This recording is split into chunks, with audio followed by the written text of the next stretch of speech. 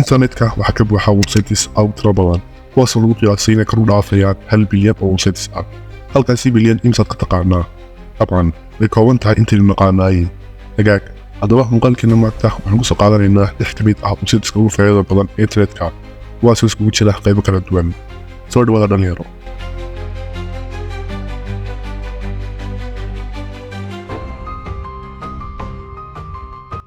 websiteka koowaad ee muuqaalkeena ku soo qaadanaynaa waa Samsar waa website oo isticmaalo in fayraska lagu bedelo formats kala duwan. tusaale ahaan PDF ayaa rabta wax ka bedesho websitekan eed gelinaysaa waxaan kugu bedelayaa Word document. muuqaallo ayaa rabta inaad MP4 bedesho isagoo kuu samaynaya weliba si free ah ee dhammaan isku bedeladan oo dhan ayaad samayn kartaa websitekan. waana mid ka mid ah tooliska aadka qiimaha badan ee ku jira internetka. websiteka labaadi waa Nenit waana tool aad ku anfacaya markaad ku cusub tahay computeriska waxaana ku jira applicationskan aadka u tirada badan oo aad hal mar soo dood galaysan karto. markaad haysato computer cusub waxaa laga yaabaa inaad kala ilowdo applicationada muhiimka ah ee aad u baahan karto. markaas sidkaana halkan ayaad soo gelaysaa waxaad u dooranaysaa applicationska u baahan tahay kadibna taabo install waxaana uu siinayaa file ay ku jiraan inta application aad dooratay kaasi oo hal mar kuu soo dejinaya applicationska aad dooratay oo dhan. ChatGPT waa mid ka mid ah websites ugu faa'iidada badan internetka waxaana hubaal ah in dhalinyaro badan oo Soomaaliyeed aanay uga faa'iideysan siday tahay.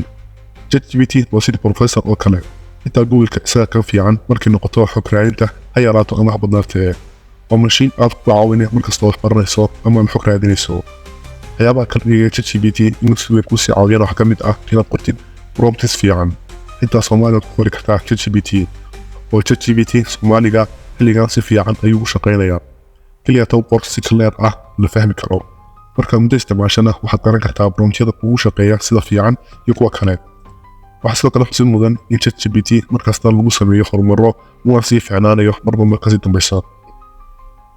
Alternative 2 websitekan waxaad ka helaysaa beddelka softwarada caanka ah ee naqaano. marar badan waxaa dhacda in softwaresku noqdaan kuwo premier ah oo laga rabo inaad iibsato. dad badanina waxay markaas isticmaalaan softwareskii oo karaad ah ama waxay dhici kartaa in softwareska aad adeegsanayso aad ka weydiyo feature aad u baahnayd. markaasoo kalena websitekan Alternative 2 waxaad ka helaysaa softwareska u dhigma kuwaad raadinaysay. tusaale ahaan haddii raadino software u dhigma Adobe Premiere waxaad arki karnaa intan oo software oo si free ah u adeegsan karno. sidaas oo kale ayaad feature kartaa softwareska aad rabto. Privacy tool websitekan waxaad ka helaysaa tooliska ugu fiican ee ka qaadi kara ammaanka internetka waxaana ka mid ah VPNs, browsers, emails iyo dhammaan qalabada kale oo inoo sheegayo kuwa ugu fiican ammaan ahaan. tusaale ahaan haddii doorno operating systemska waxaan arki karnaa 5 operating system ee ugu amniga badan. windows muuqaalkeenii ugu dambeeyay ayaan soo qaadanay. inaad isticmaasho tools ammaan ahi waxay si kaaga ilaalinaysaa khataraha cyberka ah sida malwareska. markastana ku dadaal inaad adeegsato toolska ugu ammaanka badan fiil kasta. websitekan ugu dambeeya ee muuqaalkeena soo qaadanaynaa waa Terms of Service oo free. marna isku dayday inaad akhrido Terms of Service-ka websiteka ama applicationska aad adeegsanayso.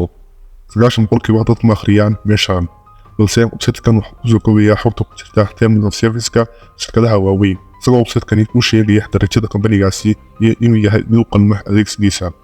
sidalkan nooga muuqata dhammaan social mediaha aynu adeegsano darajadoodu aad bay u hooseysaa. macnaheedu yahay ma qiimeeyaan qanacsanaanta macaamiishooda ee faa'iidadooda unbay qiimeeyaan. walaalkeen maanta intaas aynu ugu eegyahay imsa website ayaa kugu cusub aragtada nugula wada qaybta commentiga noo soo biir TikTok Soomaali. mahadsanid.